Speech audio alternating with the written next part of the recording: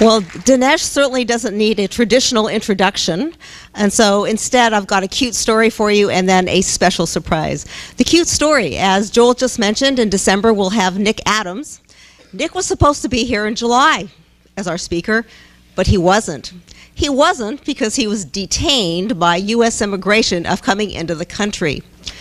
Nick is also a very vocal, outspoken person against the Obama regime, and guess what happened to him? So that's just one example, and this is so timely to see the effect of our current speaker, our speaker tonight, because as poor Nick called me frantically in, I think in the early part of May, says, "Erica, I can't come.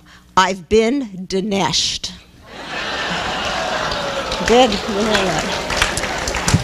So Dinesh has become a verb in addition to everything else. And now for the big surprise. For those of you who have seen Hillary's America, and you're the kind of person that likes to look at movie credits at the end, you'd see a name that comes up over and over again, because this person was, along with Dinesh, the co-writer, co-director, co-producer of Hillary's America, and his name is Bruce Schooley. Well, Bruce is somewhat local. He's a friend of mine, and tonight he's here at the Conservative Forum at Silicon Valley. Ladies and gentlemen, a warm welcome for the producer, co-producer, director, and writer of Hillary's America, Mr. Bruce Schooley.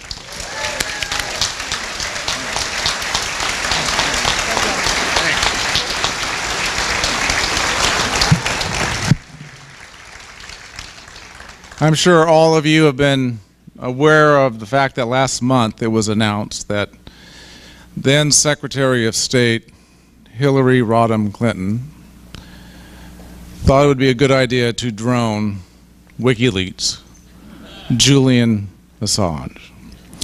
This is absolutely outrageous. She should not drone Julian Assange. She should drone Dinesh D'Souza. The top 10 reasons why Hillary Rodham Clinton should drone Dinesh D'Souza. Number 10, Dinesh has been raising holy hell on liberalism for 30 years. Number 9, he is so deplorable he deserves his own basket. Number 8, he might not be a needy Latino, but he is definitely an irredeemable Indian. He worked in the Reagan White House and right here at Stanford's Hoover Institute. May God rest his soul. In 1,000 speeches, he has violated the hallowed halls of leftist orthodoxy, desecrating Berkeley, Yale, Stanford, and Harvard. In 100 debates, he has humiliated the patron saints of liberalism, including Bill Ayers, Jesse Jackson, and Ward Churchill. With 2 million very, very engaged Facebook friends, he doesn't even need to suck up to the media and liberal press. In 6 New York, is it 6 or 7? What, how many? You don't know? You always have to ask him, you know. It changes monthly. In 6 New York Times bestsellers, he has been popping off about American exceptionalism for 30 years. And in just 4 years, which is amazing when you think about it, 4 years, he has created 3 of the top 10 political documentaries of all time, including 2016, Obama's America. Now, Obama didn't really like Obama's America very much. So he threw Dinesh the Menace into the slammer. Now, Dinesh could have pulled back. I mean, this would be understandable, right? I mean, you get thrown in jail. You're a political prisoner. You could have pulled out back and taken a little heat off you. No. What does he do in jail with all that free time? He writes Hillary's America, The Secret Life of the Democratic Party, which is the #1 reason Hillary Clinton should drone Dinesh D'Souza. Ladies and gentlemen, Dinesh D'Souza.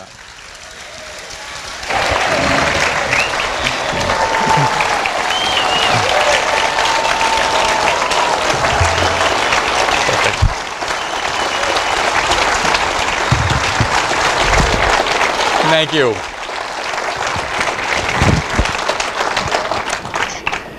Thank you very much. I guess I don't really need the podium since I remember to wear pants.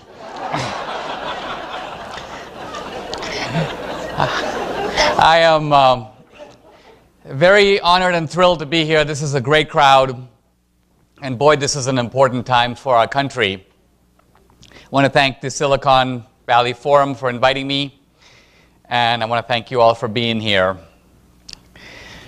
I was 17 years old when I first saw America.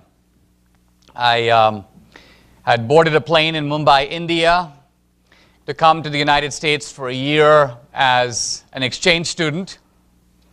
And I remember the airplane descending on New York City. I remember looking out the window.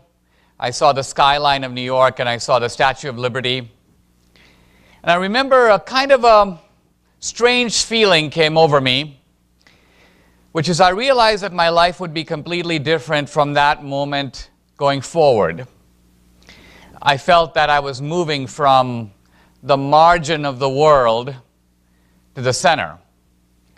And I recognized, however, indistinctly, that I was coming to a country where if I stayed, I would be able to be the architect of my own destiny. This to me is the core of American exceptionalism. It's not just that the immigrant comes here to find opportunity, to find success, to find economic betterment. All of that is true. But most of all, what's true is that this is a country where we get to write the script of our own life. This is a country where our destiny isn't given to us as much as it is constructed by us. This is a country where you are in the driver's seat of your own future. So this is the American dream. This is the pursuit of happiness. And notice that no other country has a dream. There's no Chinese dream. There's no Asian Indian dream. This is the core of American exceptionalism. And it is the basis of my patriotism. The philosopher Edmund Burke says to love our country should be lovely. And America is lovely because of the kind of life that it makes possible for us. Now, fast forward about 30 years, and I find myself standing in a New York courtroom and hearing a bailiff bark out the phrase, United States of America versus Dinesh D'Souza. And as an immigrant, I got to tell you, that sends a chill down your spine. I was being indicted for a heinous crime, namely exceeding the campaign finance limit. I had given $20,000 to a college friend of mine who was running for the U.S. Senate in New York, and this was over the limit, the $10,000 limit of the campaign finance law. Now, interestingly, no American has ever been locked up for doing what I did. But a judge in New York sentenced me to 8 months of incarceration overnight in a confinement center on the Mexican border. And also I got mandatory psychiatric counseling, which was evidently aimed at some kind of rehabilitation or re-education. Now, interestingly, right about the time that my case was going through the court, another guy, this is a fellow named Sant Chatwal, Asian Indian guy. We Asian Indians appear to specialize in the campaign finance violations area. Well, anyway, this guy gave $180,000 in straw donations to Hillary Clinton and a whole group of Democrats. He was also guilty of witness tampering, and he openly boasted of corruption. He goes before a New York judge, no prison, no confinement, no mandatory psychiatric counseling. Now, I say this because justice is not merely a matter of did you break the law. It's also a matter of does the penalty fit the crime. Do other guys who did roughly the same thing or worse get roughly the same penalty? So the point I want to make is that progressive justice is a kind of an oxymoron. It's kind of a sham. And nevertheless, I got this sentence, and there was nothing I could do about it. And so I thought, okay, here we go. And so I showed up at this confinement center, which I kind of imagined to be sort of a white-collar prison facility. And I had heard that those places are not that bad. You basically meet mayors, doctors who defrauded Medicare. I was told you can bring your chessboard and they have an activities director, and the food is not so bad. But it turns out that the confinement centers aren't like that. This is for people who have served their time in prison, and they can be hardened criminals, but right before they're let out on the street, they'll spend 60 days or 90 days in a confinement center. So here I am in this facility, 120 people sleeping in bunk beds in a room, well, about the size of this one, and it's the whole gamut of hoodlums. Armed robbers, coyotes, drug smugglers, attempted murderers, the whole range. The majority were Hispanic, since this was the southern part of California. There was a sprinkling of whites, a sprinkling of blacks. Everybody was in some kind of group or gang. I thought to myself, wow, this is a little bit dicey because I can't really talk to this guy because that guy might want to kill me. So initially I was very much to myself, kind of a hermit. I did contemplate starting my own gang, the Asian Indian gang. Well, after a while I said to myself, look, I'm actually a conservative in a very unusual place where conservatives rarely go.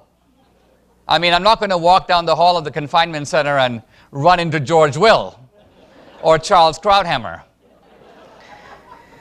So I decided to take this lemon and kind of convert it into lemonade by talking to these guys, reading their case files. I wanted to learn the ideology of the criminal underclass. My previous exposure to this subject was kind of limited to a viewing of The Shawshank Redemption, in which I had the idea that criminals all think that they are innocent. They didn't do it. The system screwed them over. But once I got to know these guys over some months, I realized that their point of view is actually a little different and more interesting. Their view is, look, we did it. We're guilty. But we are the small fry. We are actually the stupid criminals. Because we got caught. That's why we're here.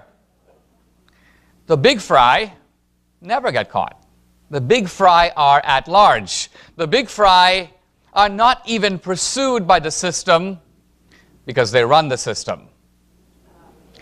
And this got me thinking in a little bit of a new light.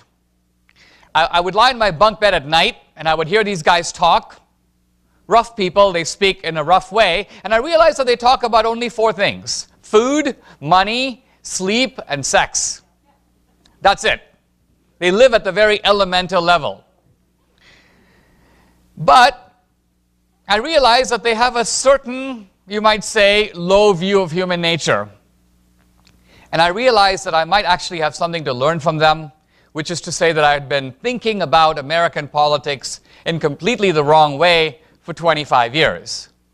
Because I'm a product of the think tanks and the Reagan administration and the National Review, and I sort of had this idea that American politics is an argument between two sides. that believe different things and have different ideals. And we believe in this and they believe in that. And we stand for liberty and they stand for social justice. And we want equality of rights and they want equality of outcomes. But I began to wonder and think that from the point of view of this criminal underclass, this whole way of thinking about politics is complete and total bullshit. Why? Because human nature is not motivated by debate. Human nature is, in fact, motivated by acquisitiveness and greed and lust and hatred and envy and revenge. And if these are the actual motives that drive human beings, how can they be exempt from politics? We always think about politics in terms of what people say, but it's somewhat more interesting to look at politics in terms of what people want. What's in it for them?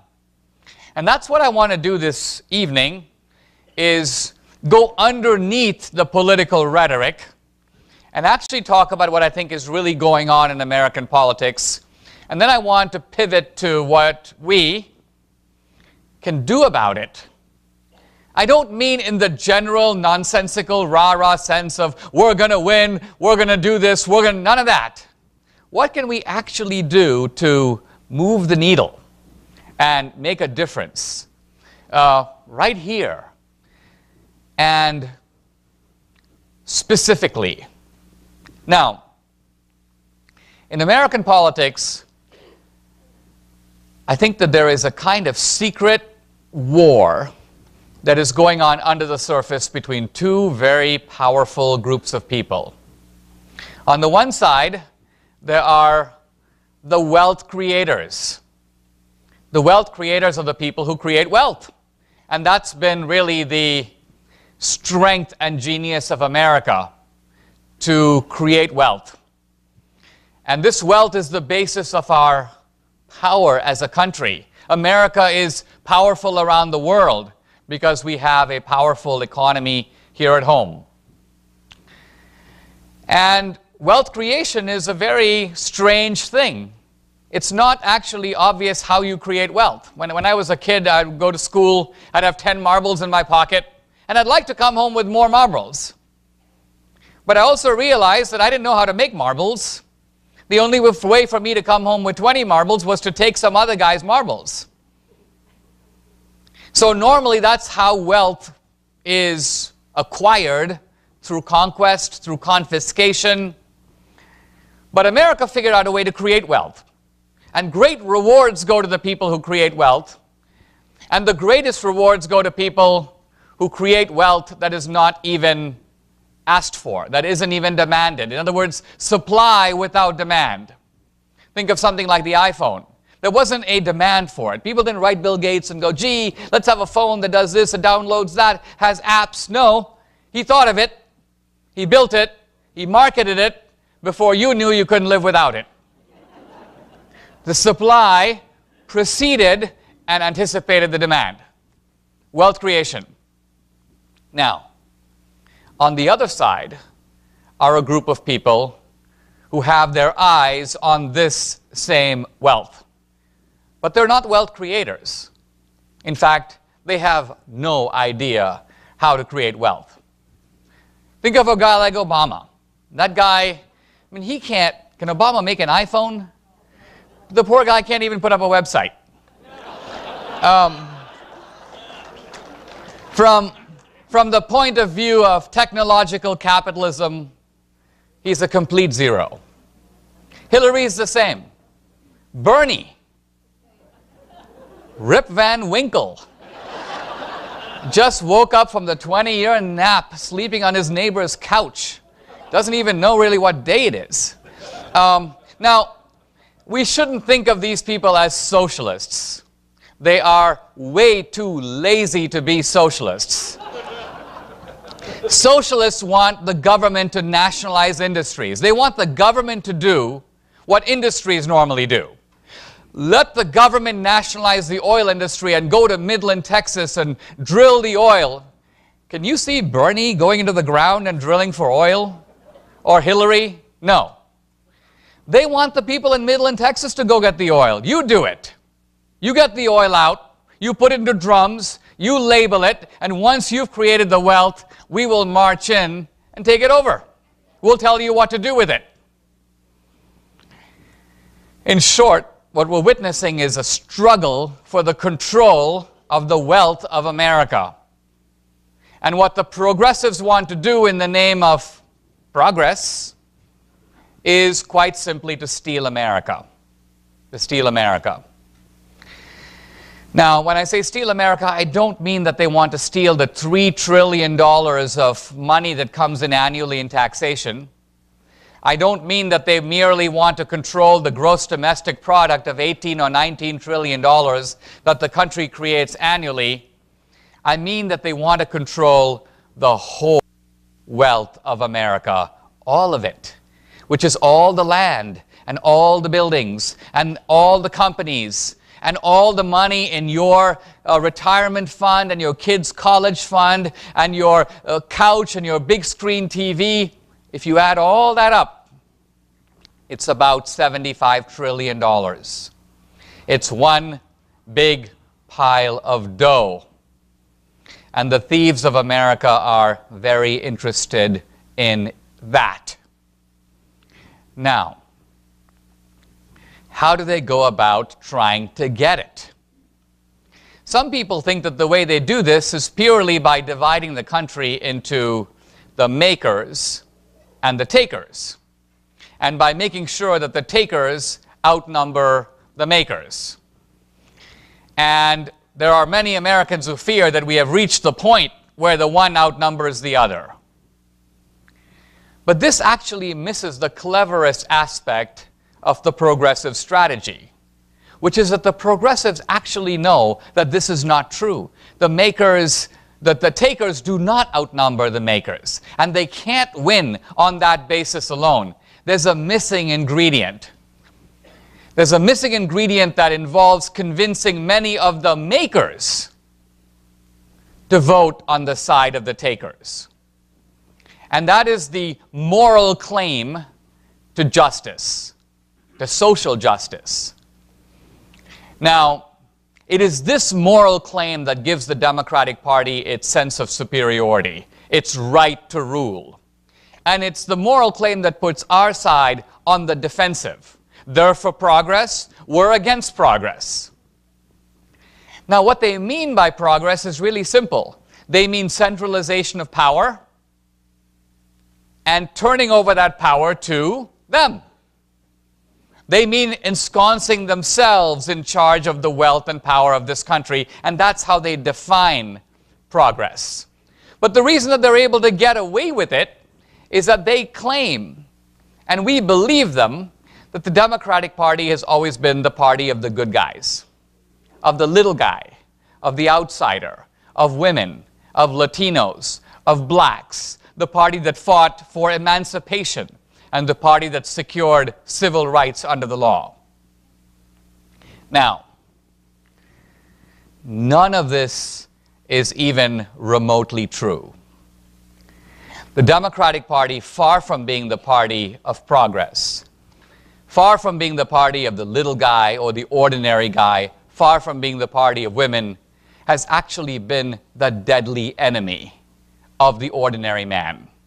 The Democratic Party, from the 1820s to the 1850s, the Democratic Party threw the American Indians off their land in violation of all kinds of treaties, and then bludgeoned them west in an event that historians call the Trail of Tears.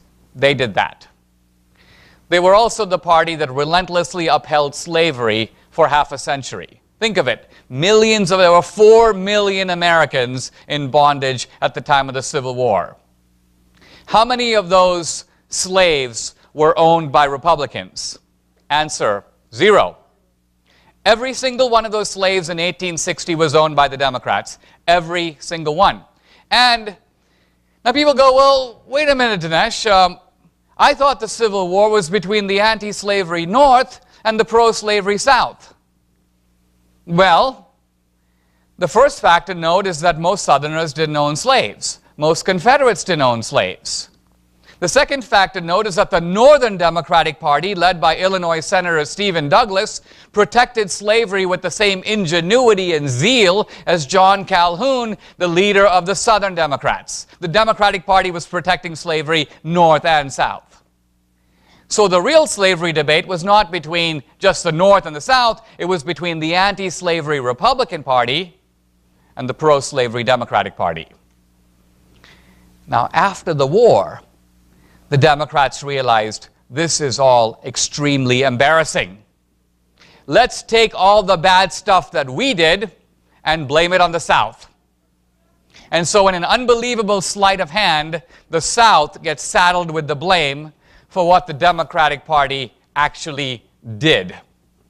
And then after the Civil War, the Democratic Party, which was in shambles, revived itself and became the party of segregation, Jim Crow, white supremacy, the Ku Klux Klan, and lynching. Now, again, people say, well, surely there was a lot of blame to go around. Actually, no. Every segregation law in the South, and there is no exception to this rule, was passed by a Democratic legislature, signed by a Democratic governor, enforced by Democratic sheriffs and city officials. The Democrats' Ku Klux Klan was founded by Nathan Bedford Forrest, a Confederate general who was also a delegate to the DNC. But the Republicans passed a whole bunch of laws that shut down the Klan within 5 years. They were called the Ku Klux Klan Acts of 1871. The Klan disappeared. But it was revived in the early 20th century by none other than the progressive Democrat Woodrow Wilson, who showed a pro-Ku Klux Klan movie in the White House to his cabinet called The Birth of a Nation. It's all about these lustful, crazy blacks, and the hero of the movie is the Ku Klux Klan, which comes riding in on white sheets and basically saves the day. So this led to a massive Klan revival, not only in the South, but in the Midwest and in the West. And according to historian Eric Foner of Columbia, and I quote him now, the Ku Klux Klan was for 30 years the domestic terrorist arm of the Democratic Party, end quote. Now, I could go on like this. I'll just give a single further example. In the 1930s, the Democrats became fascinated by two very interesting phenomena abroad, fascism and Nazism. Now, today we think of fascism as on the right.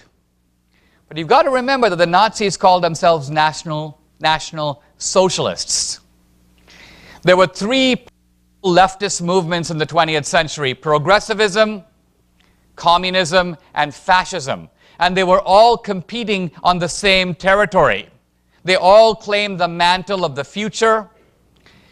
Young JFK went to Nazi Germany in the 1930s, and he came back effusive with praise of Hitler. He goes, Hitler is a legend. He goes, there are people who don't like him. Most of them are jealous of him. He said the Nordic people consider themselves superior because they are. Because they are. This is JFK. FDR was enamored not by Hitler but by Mussolini. And he sent members of his brain trust to Italy to study Italian fascism, which he thought was more advanced than the New Deal, to bring those ideas to America. Now, I tell you this because after the war, the progressive historians looked at this and they went, uh-oh, these are the progressive icons of the 20th century. We cannot have young people looking at this stuff. We kind of have to leave it out of the textbooks. And so they did. And so what I'm getting at is that the crimes of the Democratic Party have become camouflaged because they have all very interestingly been blamed on somebody else. Let's blame the South.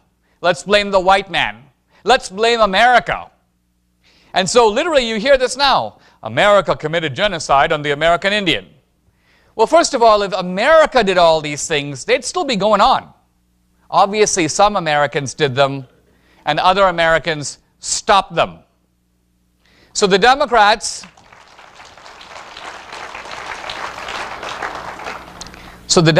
have this unbelievably sordid history of all the stuff that they did. Right away, it seems to me, this creates an opportunity for Trump on Wednesday. Why? Because the Democratic Party has never acknowledged any of its own history. They've never admitted it. They've never taken responsibility for it. They've never apologized for it. And they've never done 1 penny of restitution for it.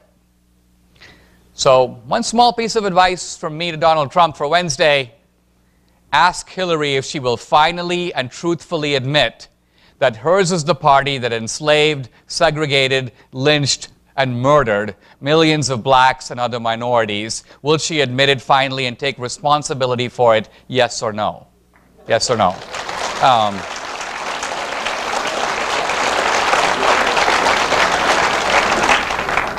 Now, let's fast forward a little bit to Obama and Hillary Clinton.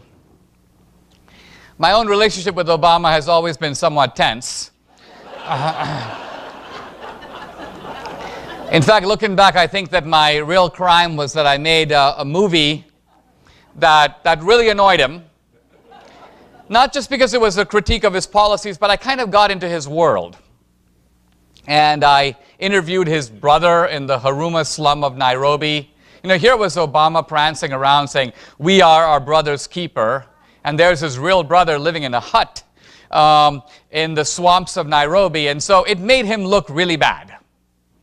In fact, there was a remarkable incident shortly after my movie came out in which I was just actually, I get a phone call, and I look at my phone, and it's from Kenya. And I'm like, what? So I answer the phone. "Hello, Dinesh, it's George Obama, Obama's brother." And I'm like, "What's going on, George?" And he goes, "Dinesh, you know I have a 1-year-old kid." And I go, "Yeah, I know." And he goes, "Well, he's very sick in the hospital. He needs urgent medical care. Would you be willing to send me $1,000? And I'm like, "George, isn't there someone else you can call?" And he goes, "No. No." And so, sure enough, I go down to Western Union, I send him $1,000. The point I want to get at is that this whole business, well, Obama was kind of mad. And people go on social media, go, "Dinesh, you know, what makes you think Obama? He's the president of the United States. What makes you think he cares about your dumb movie, spends any time thinking about you?" And I'm like, well, I wouldn't think so, but a few weeks after the movie came out, vituperative attacks on me by name began to appear on a website called BarackObama.com. And although these attacks were unsigned, if you paid attention to them in their unbelievable pomposity, incoherence, one could actually detect the signature of the petty narcissist who currently inhabits the White House.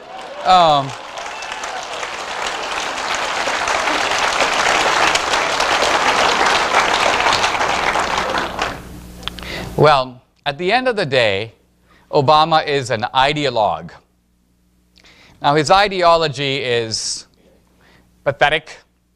It actually involves the reduction of American wealth and power. Obama wanted that. He has done that. When I first came to America, nothing could happen in the world, anywhere, without America having a big say-so, if not determining the outcome. Today, thanks to Obama, all kinds of stuff goes on in the world, and we have no say-so at all.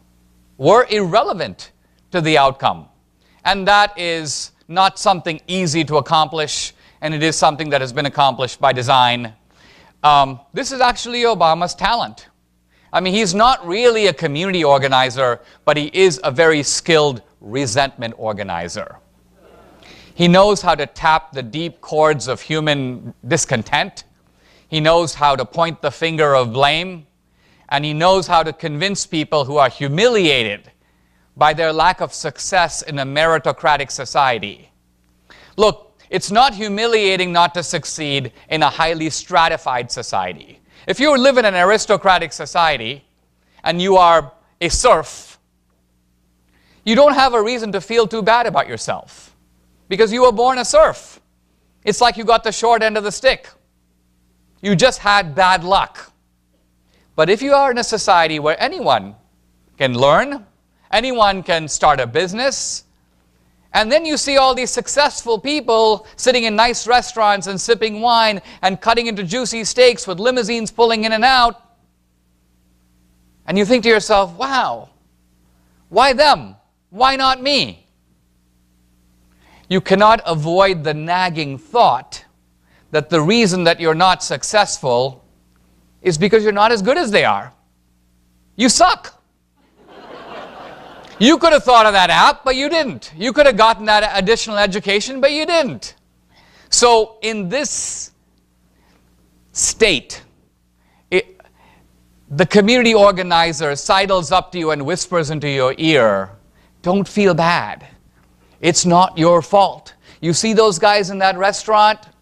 The reason that they've got those juicy steaks, they've been stealing from you. They're in possession of your stuff.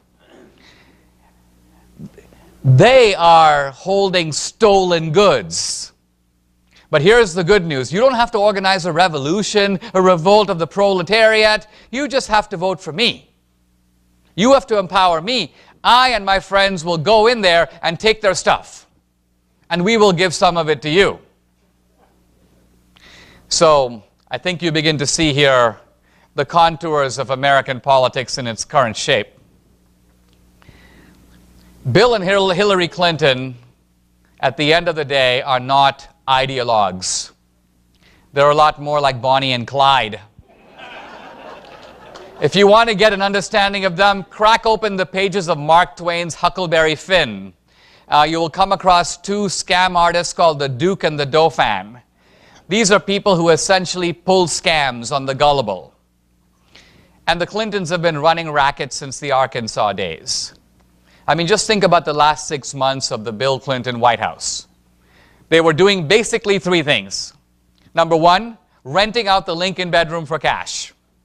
Number two, going through the White House and the Oval Office with aides, essentially looting stuff out of the cabinets, taking paintings, Norman Rockwell's off the walls, having them shipped off to Chappaqua. The Secret Service had to go get some of that stuff back.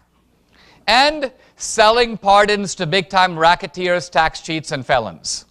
They actually put out the word, this was, I admit, before my time, I couldn't put in, if you want to have your conviction overturned, how much are you willing to pay? This is what they're actually doing. And if you say, well, gee, but that was Bill, let's fast forward to Hillary Clinton as Secretary of State.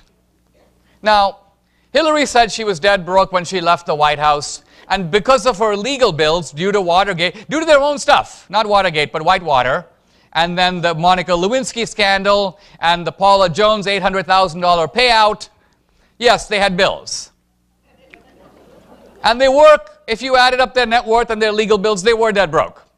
Now, how do you go from dead broke to $300 million on a government salary? The Clintons also didn't invent the iPhone. They didn't start a business. So it's worth asking, what product were they selling in order to make all this cash? And the unavoidable answer is they were selling American foreign policy. That was the product. Access to it. And this is all very significant because whatever you think about what Trump said as a private citizen on a bus 10 years ago, these are crimes against the public trust. These are crimes actually against us by the Clintons. People say, well, Bill made a lot of money on his speeches. Well, Bill's speaking fee from the year 2000 onwards was $150,000. That's basically in line with what ex-presidents make. But when Hillary became Secretary of State, his speaking fee magically quadrupled to in the range of $500,000 to $750,000. This is to give a 20 to 30-minute speech, the same old rubbish. Obviously, people aren't paying for a speech. The Bill Clinton speaking fee is a bribe. It's a down payment on what somebody, and very often the somebody isn't an American, it's not even Goldman Sachs, it's the government of Qatar, it's the government of India, it's a group of foreigners or foreign entities that want something out of Hillary. And so they invite Bill to speak. And that's step one. And here's step two. Hillary then does what the donor wants. In this case, it could be something like a bunch of Indian billionaires who want Hillary, who has been opposed to the Indian nuclear deal, to now come out for it. And so she does, as in fact she did. And then, step three, millions of dollars now flow to the Clinton Foundation. Step one, step two, step three. It happens again, again, again, and again. I can give you 10 examples off the top of my head. And the Clintons admit it. They admit step one, they admit step two, they admit step three. They merely deny that steps 1 and 3 had anything to do with 2. We took the money, we did the deed, we took more money, but our taking of the money had nothing to do with the deed. Now, this is a very bad situation. And the reason that this hasn't, so to speak, hit the fan is because of the unbelievable collusion and complicity of the national media. Now,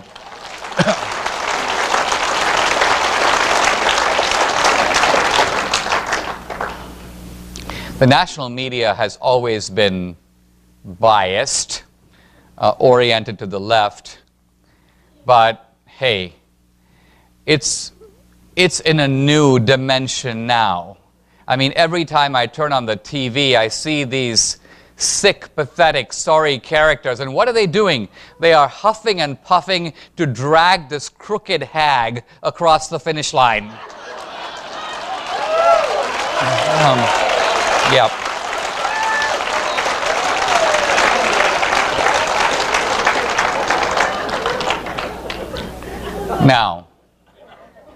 Now, Hillary's America, unfortunately, is an America that is more gangsterized than anything that we've seen before. We've never had a Secretary of State offering American policy to the highest bidder. We never have. It's a new low in American politics.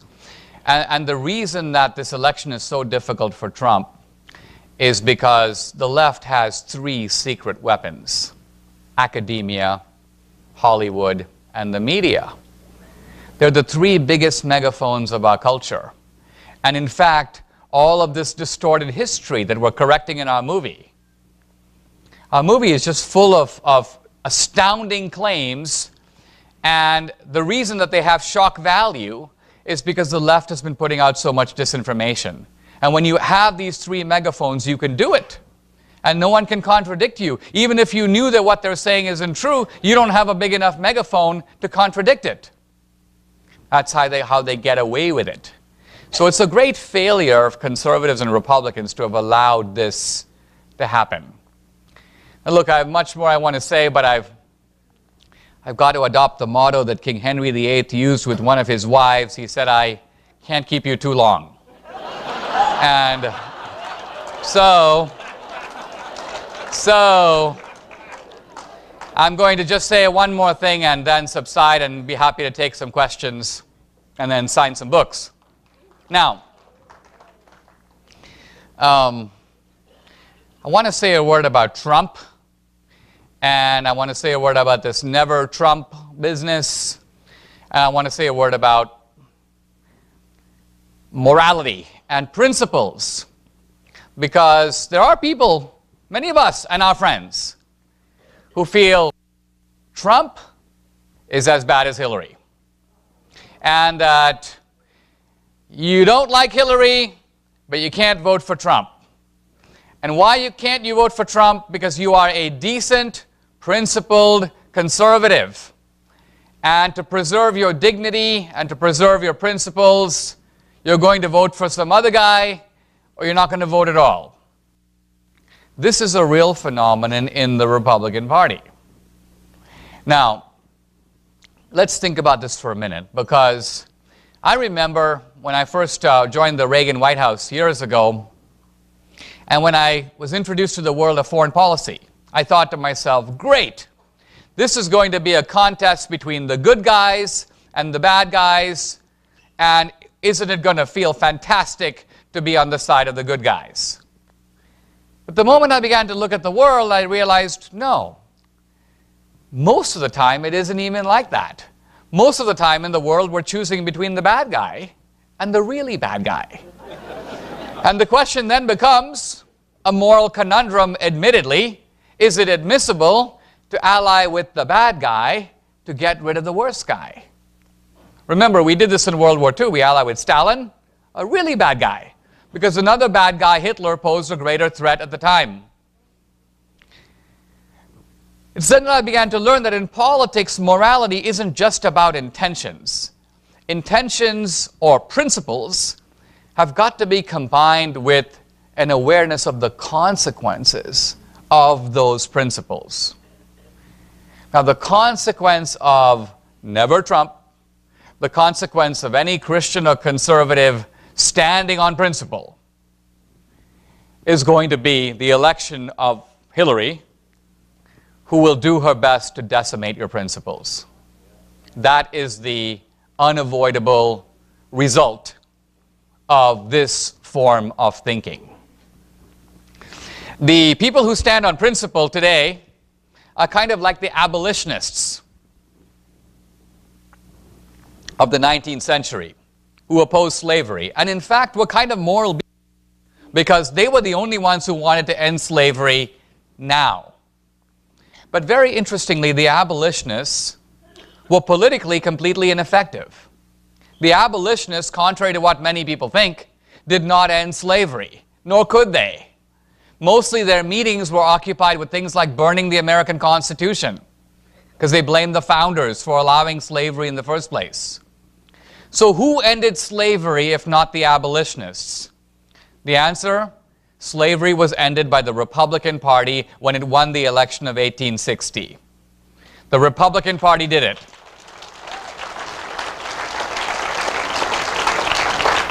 And so the way for the abolitionist principles to be actualized in American history was to support an actual political party that had the ability to carry the election and then to win the war.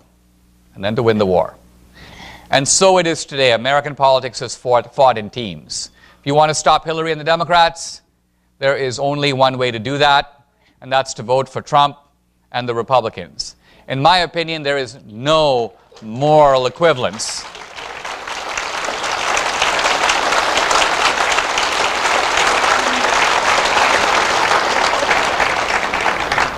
I'll end with those words from the 1960s.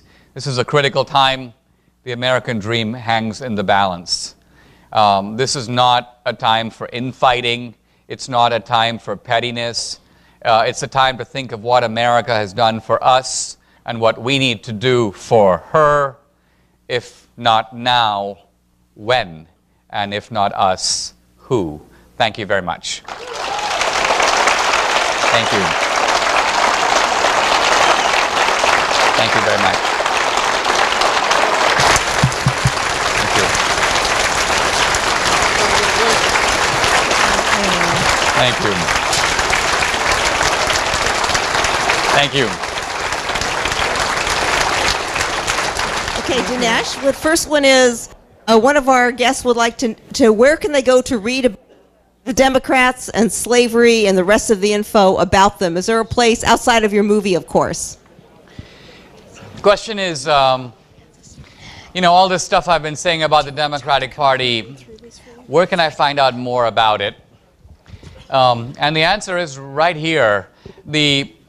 A movie is one thing, and a movie is an emotional medium. So in the movie, we try to recreate episodes of American history to show it to you.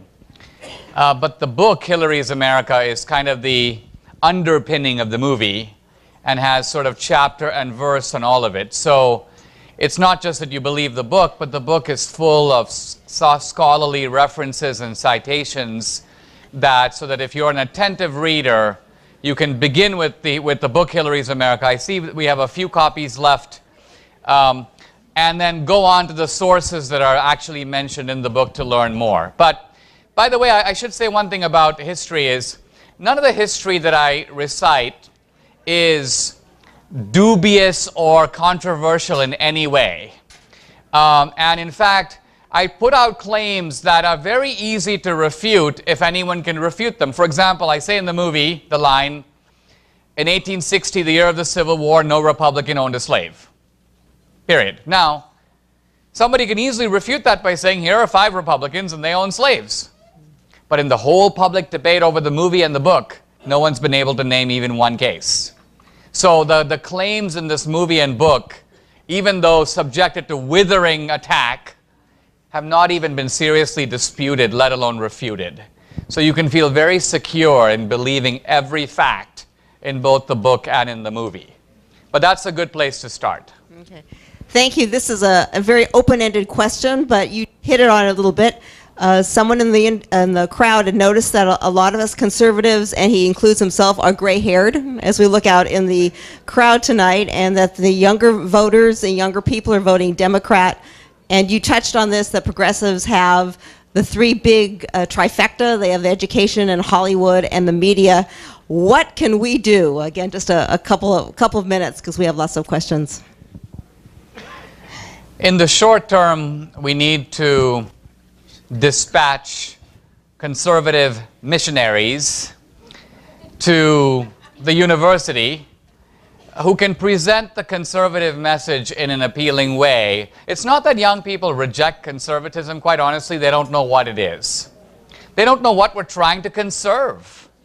And so when I was a freshman at Dartmouth, there was an older generation of classical liberals who were fair-minded and moderated the radicalism of the 1960s, but that generation has now retired. And so our message is just not being heard, and in some cases it is being shouted out. I speak a lot on the campus. It's kind of my specialty, but to do it, you have to be kind of thick-skinned and have a little bit of a taste for controversy, which I do. And so getting out on the campus is very important if we're not going to lose the younger generation. This is sort of a human interest one. I think it's interesting. Did you make any friends in prison, and do you still communicate with them?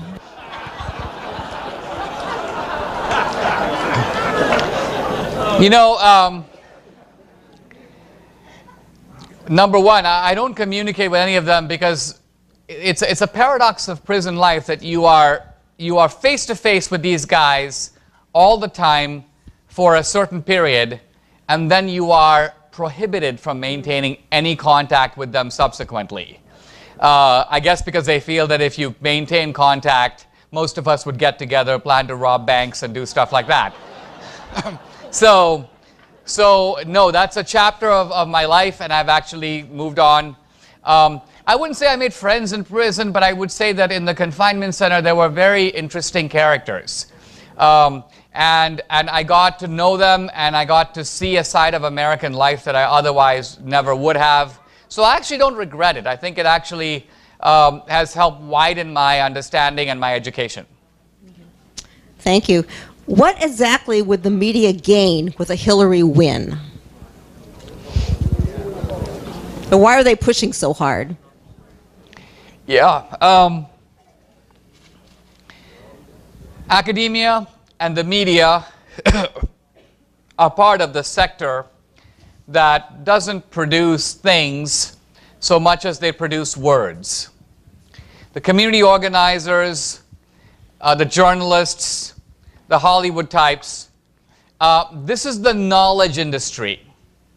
And the way they see themselves, they believe that they are far and away the smartest people in society. And they feel that in a really just society, it would be organized and planned in such a way that the smartest people, just like in Plato's Republic, would be making all the decisions. And so they're just waiting for that realization of true justice in which all power in the country is turned over to them. So the media feels that in a Hillary administration, they would be valued. And the professors would become part of the brain trust of that. So it's not even that they're looking for money, but what they're looking for is status, they're looking for power, and they're looking for influence. And they believe that in an entrepreneurial culture, the entrepreneurs get undue rewards. It's not to say that professors make less money, but you've got, let's say, a professor at San Jose State, and he's making $150,000 or $200,000 a year, but he's really mad that some vulgar Rotarian with a gold chain on his chest is making $2 million selling term life insurance. He cannot understand how a world can be just that permits that. And he would like to see society reorganized. Okay? Here we need some help here. Here this one specific guest says, how do we defend ourselves from being called racist, sexist, and homophobes? Is there a simple answer for that? This is from a kid. The most effective way to counter that is to actually take the whole blame of that and put it on the Democratic Party. Because for years, conservatives have defended against these charges by essentially an apologetic that pleads not guilty. But even if you plead not guilty, you're on the defensive. It energizes your opponent to keep you up against the wall. But the moment you say, these aren't crimes that America did, these are crimes that you did. And we're calling upon you to take responsibility. And if you believe in reparations, you pay the reparations because you did the crimes. This is the way to put the onus where it really belongs. And as Richard Nixon said, this argument has the added merit of being true.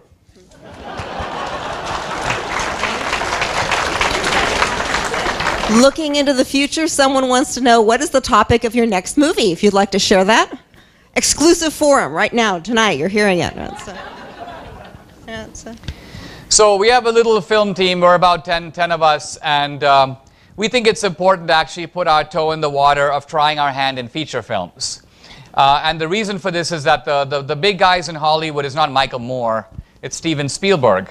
And the most powerful messages of the left are not made in documentary films, they're made in romantic comedies, in thrillers, in horror films, in animated family movies. So long term, if we want to plant a conservative flag in Hollywood, we have to do those movies too. That sounds good.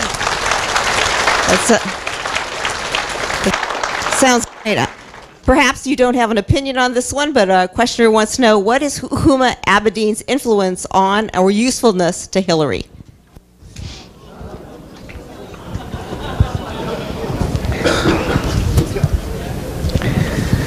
I don't know the answer to that. There's a kind of very strange parallelism between Uma and her wiener husband and Hillary and Bill. One would think on the surface of it that Wiener and Bill would have a lot more in common than Uma and Hillary. But I just think of these as two very strange amoebas that somehow have come together in a relationship that defies any decent description.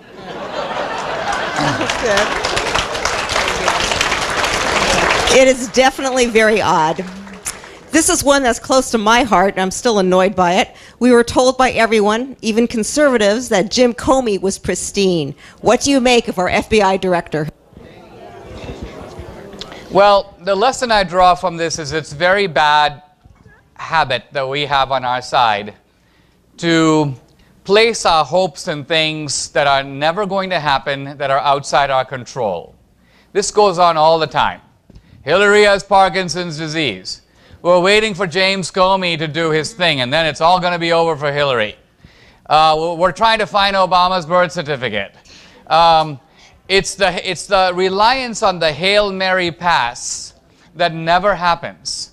And it is never going to happen because, you know, I don't know the story of Comey, but the way I envision it is that his mom recognized from a very young age that little James would always put ambition ahead of doing the right thing. And when Comey weighed the odds, he said, oh, I can propose indictment, but will they actually indict Loretta Lynch, Obama? No. I'm just going to make a deadly enemy of a very powerful man, the President of the United States. Dinesh tried that. Look what happened to him. So, time to be a good little boy and play along with the Clinton team, and that's what he decided to do. Very sad and shameful, but I think we expected far too much of little James. Yeah. Agreed. This is related to that. Good segue. Are Hillary's actions impeachable when she might be president? Well, you know, in politics at that level, the best juridical bar is definitely the ballot box. I mean, the FBI won't indict Hillary, but we can. We can. And the American people can. So that's probably the best remedy at this point. I mean, has she committed crimes? Yes. These people, like I say, have been ultimately putting American policy itself up for sale. It's a horrendous thing that they've done. But at this point, they have escaped accountability. And it's because of their powerful allies, including Obama. Right. Okay, so this sort of changed gears a little bit. Since social conservatism is losing popularity among the young, should the GOP compromise on some social issues in order to attract the next generation of voters and make it competitive in future elections? Good question. As a kid. I think the issue with young people is not that they're, quote, rejecting social conservatism, but that they don't respond to the social conservative mantras of the 1980s. And if this seems weird, they don't respond to the Cold War mantras of the 1980s either, because all of that is ancient history to them. And so I believe that there is a very powerful social conservatism that can be argued in front of young people. It's just going to sound different than it did 30 years ago. Young people, for example, today are far more pro-life than they were in the 80s. But the language of pro-life needs to be somewhat different in order to resonate. So part of, I think, our problem is that we have fossilized our arguments from the Reagan era. And we don't think of creative new ways and creative new technologies to help get our message out in the way that we should. Thank you. This next question is really chilling. Will conservative groups like this one be in danger if Hillary is elected? And just as on a personal note, I am so glad that the few people in this valley had the forethought to set us up in 2004, well ahead of the Lois Lerner regime. What will happen to groups like this, in your opinion? Well, we'll have to see, but you know, let me say this, that we live in a society and under a form of government in which the majority has power, but it doesn't have power to trespass on the rights of the minority. During the Civil War debate of the 1860s, Abraham Lincoln, who was completely opposed to secession, because he believed that you can't secede just because you lost an election. But if you read his annual message in 1861, he actually, in that speech, says something very significant. He says, but if the majority were to actually abridge the rights of the minority, any of them, he goes, then you would have every right to secede. You have no allegiance to a government that is actually violating your fundamental rights. But Lincoln said, have I actually taken away your First Amendment right, or your Second Amendment right, or your Fourth Amendment right? I haven't. And so his argument against secession was that you can't have democracy if the losers get to quit without playing the game. But, as I say, Lincoln acknowledged, as the founders did, that there is such a thing as tyranny of the majority. And if the majority does trespass on our constitutional rights, then we have to consider what remedies are available to us, which will be a topic for another day. Very good. I know you're not a California resident, but do you have any words? What would you say to those of us who feel here there's no point in voting in California because our vote doesn't count? Then you should buy DVDs of the movie Hillary's America and send them to swing voters in Florida and Ohio and Nevada. In other words, use your power in laser-like fashion to reach the people who are actually going to make a difference in the election. I think that's great advice. That's my personal view. Okay, we'll just take a few more questions. We're going to cut it a little short tonight because I see a line going out to Sterling Road, and I know people want to get their book signed. So, just a few. Miss, are those all the books you have left? Right there? Okay. All right, just letting you know there are just a few left, so if you want to get them, do so. Go ahead. This is very timely. What's your take on Kennedy's attempt to declassify the emails that just got popped up yesterday or the day before? Well, this is a really good example about what these dudes in the confinement center were talking about, which is to say you basically have the State Department telling the FBI, we'll facilitate the things that you want if you will reclassify emails to protect Hillary. This is a blatant example of the kind of disgraceful abuse of power that we're seeing at the highest levels of the government. It is a great black mark on the Republican House and Congress that this stuff has been going on for years. And these dudes haven't done much about it. And many of them now are horrified by Trump, but guess who created Trump? You did. You did. Okay, we'll call that a night. Thank you so much. Please, a nice welcome for Thanks, Dinesh everybody. D'Souza. See you next month and December as well. That was really fun.